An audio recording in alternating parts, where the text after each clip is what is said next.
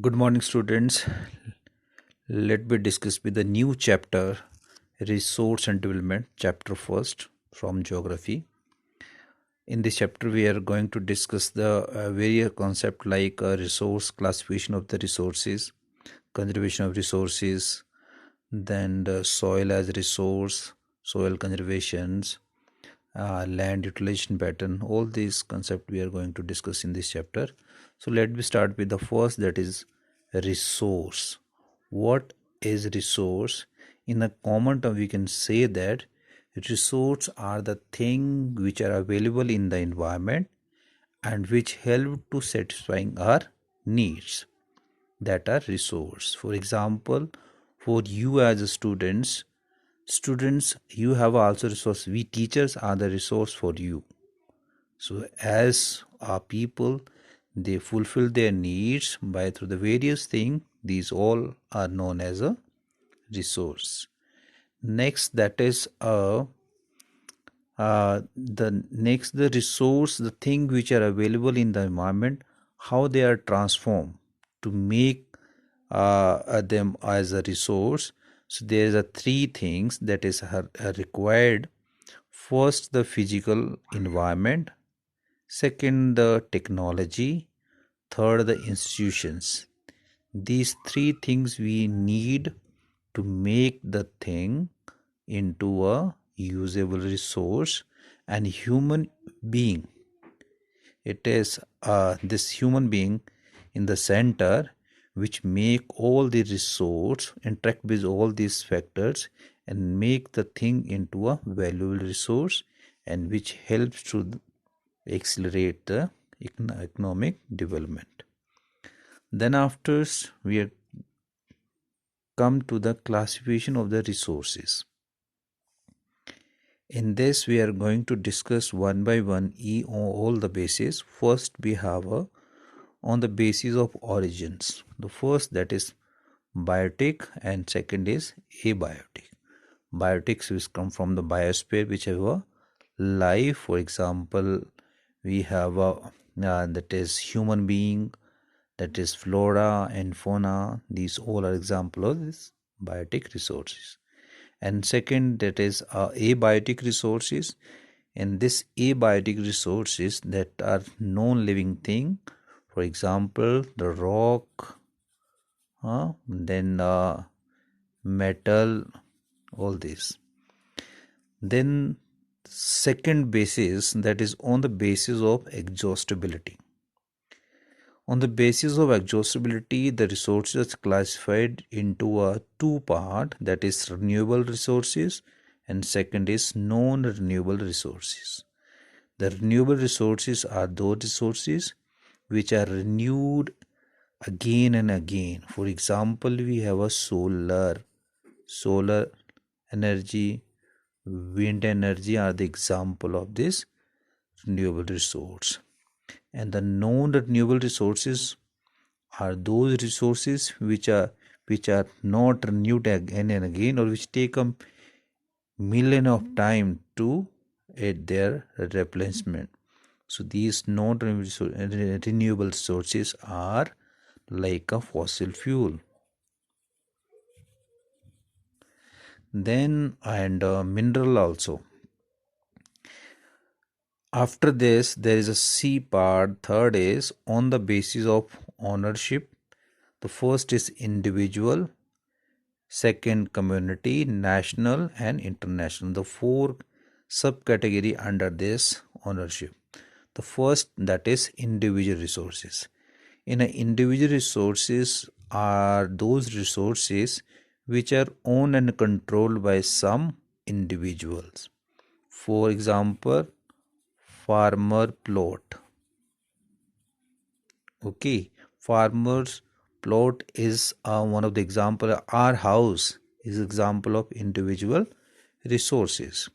Second, community resources are those resources which are owned and controlled by community. Okay, for example, a picnic spot. Okay, then community centers, which are assessed by all the community member. These are known as community resources. Next is very important, national resources and international resources. National resources are those resources which are found within the political boundary of a country, and second, that is assessed by only the national government. The resources which are available within the political boundary of country, all these resources belonging to the nations. And second, that is the international resources, the resources which are found beyond the 200 nautical mile.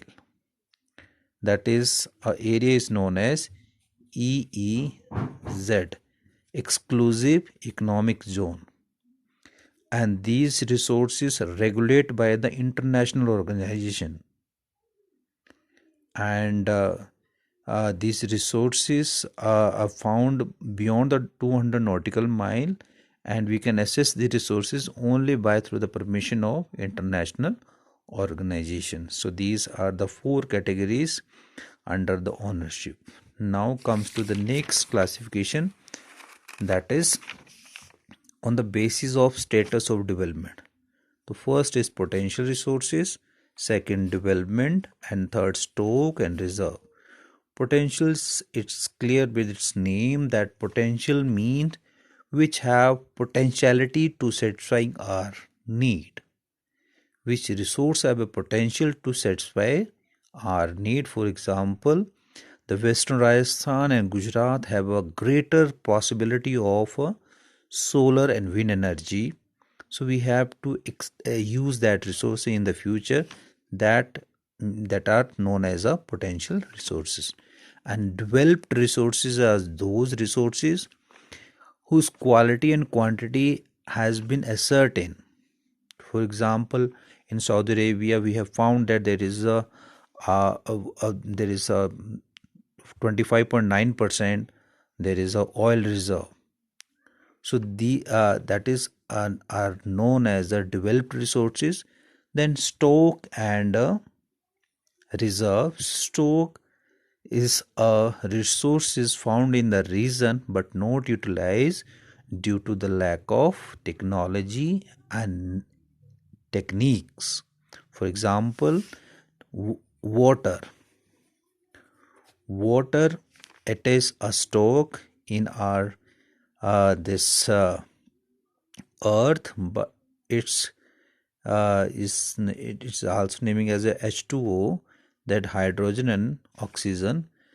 So hydrogen is a fuel. If hydrogen is separated from this from the water, it may be used as a fuel, but it is not used due to the lack of technology. So it's a stock. In future it may be a resource or used as a fuel.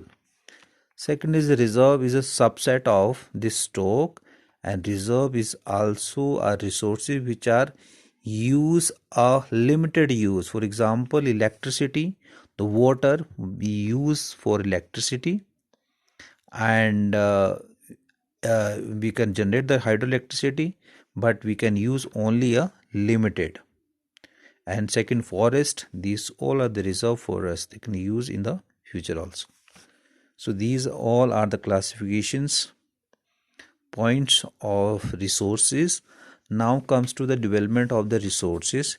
In this we are going to discuss about the resources are the vital for the human survival as well as for the maintaining the quality of life. People, we all are using the different kind of resources. Okay, so the resources play a very very important part of life. They are integral part of life. We cannot survive without the resources. So resources make our quality of life. Second, but there is a use of resources indiscriminately, using the resources which create a greater threat. And I have also written there problem due to the unwise use of resources. The resources we use unwisely which create a problem for us. The first problem is that is a depend on the deflation of the resources for satisfying the greed of few individual. That is the first problem. Second, accumulation of the resources in the few hand that create a problem, that is the society divided into a two part, thus have and have not. Some people have resource, some are not. Third, that is a unwise use of resources create a ecological problem, global warming, land degradation. So these all are problem created to the created by through the unwise use of resources. So now I have to given two assignments. First, that is explain the classification of resources on the different basis. You have to classify all the this is resources on different basis.